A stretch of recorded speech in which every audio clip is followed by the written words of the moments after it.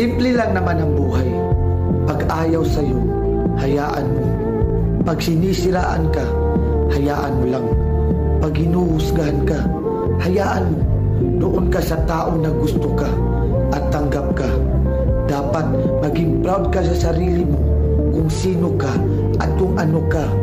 Huwag mong iisipin ang sasabihin ng ibang tao dahil mas kilala mo ang sarili mo kaysa sa mata ng mga tao na papaghusga. Di ba may kasabihan? Kung mabait ka sa ibang tao, huwag kang umasa na magiging mabait din sila sa iyo.